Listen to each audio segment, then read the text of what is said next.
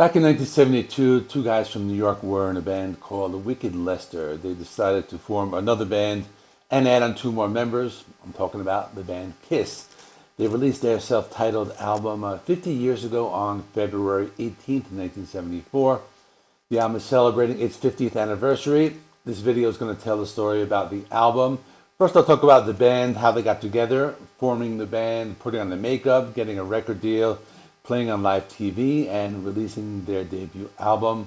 I'll talk about the success as well as the problems faced along the way. So get ready for the 50th anniversary of the debut album of Kiss. Let me go into a quick history. The two men I'm talking about are Gene Simmons and Paul Stanley. They were in the band Wicked Lester. They left that band, they formed a new one. They were interested in doing something a little heavier they did with that band. Afterwards, they met Peter Criss through an ad in Rolling Stone. He joined as the drummer. Later, they found Ace Frehley, and that completed the classic four-piece lineup. I remember a long time ago, I was reading a magazine. I don't remember what it was, but I remember they were coming up with the band's name, and Gene Simmons wanted to call the band Fuck. They addressed this recently on the Howard Stern show. Gene said, "You should call the band Fuck, and the first album will be called It, and the second album will be called You." He also admitted he said this jokingly.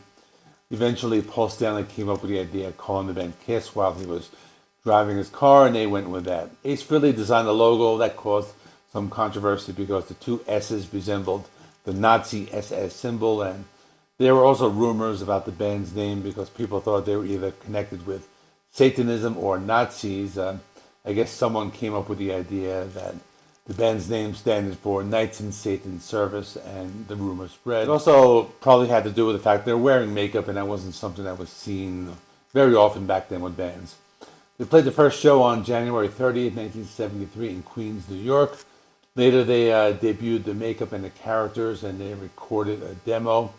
Eventually, they got a record deal with Casablanca Records, and they recorded the album in question, which is the self-titled album by Kiss, and the rest is history. The album was recorded at Bell Studios in New York City, and the original release of the album did not include the track called Kissin' Time, but since then they have included it on every pressing. I think the first 100,000 copies of the original pressing didn't have Kissin' Time, and I'm pretty sure this should be worth some money. I tried to look it up. I didn't really find anything, so I decided to ask one of my vinyl community friends. I asked JC from the Flipside Vinyl Community. He said he has seen it between $100 and $200 depending on its condition. So that's the price, and shout out to the Flipside Vinyl Community with JC. He has a great YouTube channel, and he has definitely helped this channel along. After the story, they decided to do a photo shoot for the album late in January 1974. They all did their makeup, except for Peter Criss, who had his makeup done by a professional. Casablanca Records threw a party to celebrate, and Kiss played the stage show. The band started to have some more problems. Warner Brothers wanted the band to remove the makeup, but they refused. Eventually, Kiss began to tour and even made a national TV appearance on the old TV show called ABC's In Concert. They played 3 songs, and then they later appeared on this show called The Mike Douglas Show. This was an old talk show from the 70s. In this show, Mike Douglas holds up the album, and he interviews the band before playing it live.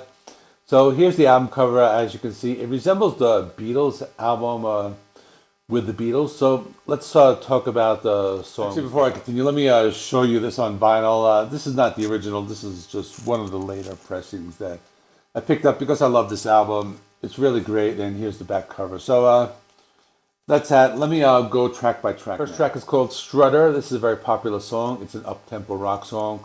The song really shows off their signature sound. Just fun and catchy rock and roll with a little bit of an edge. The song was actually based on a song they had written many years before called Stanley the Parrot. That was for the band Wicked Lester.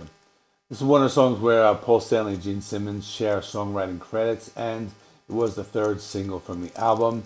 This was a very popular song. It's been covered many different times. For example, the band Extreme covered it on the Kiss My Ass classic Kiss Removed album, and that was from 1994, and it has appeared on multiple greatest hits and live albums. It's probably one of my favorite Kiss songs of all time. Next is Nothing to Lose. It's the first single. It actually has a pretty graphic meaning. I'm not even going to say it in this video. You just have to Google it. It's one of the first Kiss songs to have an additional musician. They had someone come in and play piano on the track, and it was one of the first songs they played live TV, which was ABC's In Concert, which I had talked about that before. Next is Firehouse. This was one of the songs where Gene Simmons did his fire breathing at the live concerts. The song has an interesting history because Paul Stanley wrote it when he was in high school in New York City. He was inspired by a British rock group called The Move, and they had a song called Fire Brigade. The two choruses of the songs are actually pretty similar, and the song was also played on television on both ABC's In Concert and on the Mike Douglas Show. It's also interesting that the band Van Halen used to cover this in the early days when they played the clubs. The next song is Cold Gin. This was written by Ace Frehley. He didn't sing on this album. He would sing on later albums. I think at first he wasn't really comfortable doing vocals. This one has a lot of like innuendo in the lyrics, but it's a great song. Ace Frehley covered this one on his album Origins Volume 1. This is also interesting because Guitar World magazine listed this song as number 7 of the greatest drinking songs ever. And according to Ace Frehley, he said he wrote the song when he was on the subway. He was inspired by the song Fire and Water by the band Free. This is also one of the songs that caught the attention of many different metal bands. So for example, Death Angel covered it on the 1988 album. Frolic Through the Park and Pantera and Skid Row have played it live. The next song is called Let Me Know. The original title was called Sunday Driver. This one had both Gene and Paul on vocals, and that's a good song. Then we have Kissin' Time, the one I mentioned before that wasn't included on the original pressing. Another cover song originally sung by Bobby Rydell in 1959. Next is Deuce. It's a great song. Gene says he took the bass line from the Rolling Stones song called Bitch, and he basically played it backwards, and that's how he came up with it. Paul Stanley came up with another guitar riff. He was inspired by a song called Go All the Way by the Raspberries, so I think it's a great song. Then there is Love Theme from Kiss. This is the only instrumental on the album. This is one of the songs that I didn't like it, like when it first came out. Like when I first listened to this was like when I was like a teenager. But I listened to it again, and it's actually a pretty good song. I like the groove of the song. Then there is 100,000 Years. This was written by Gene and Paul. There were influences from classic English band style of the 70s, or actually the 60s. They tried to give it more of a New York City sound.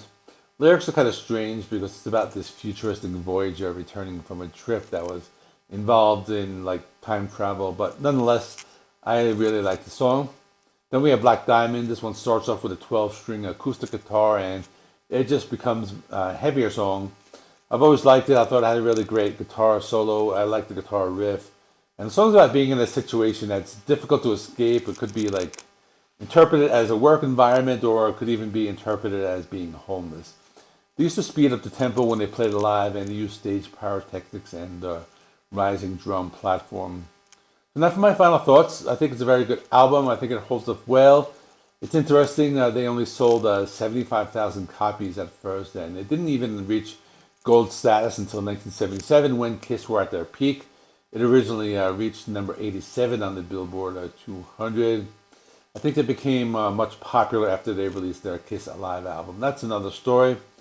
So that's all. Let me know what you think of their debut album. If you want to see where I rank this, check out my ranking of all the Kiss albums, which will be right there. I did this in tier list format, so you can see how I rank all the albums. And I did it, I think it was like last year, so it's kind of a recent video. And please like this video. It helps me with the YouTube algorithm. Please subscribe if you're not already. See you in the next one.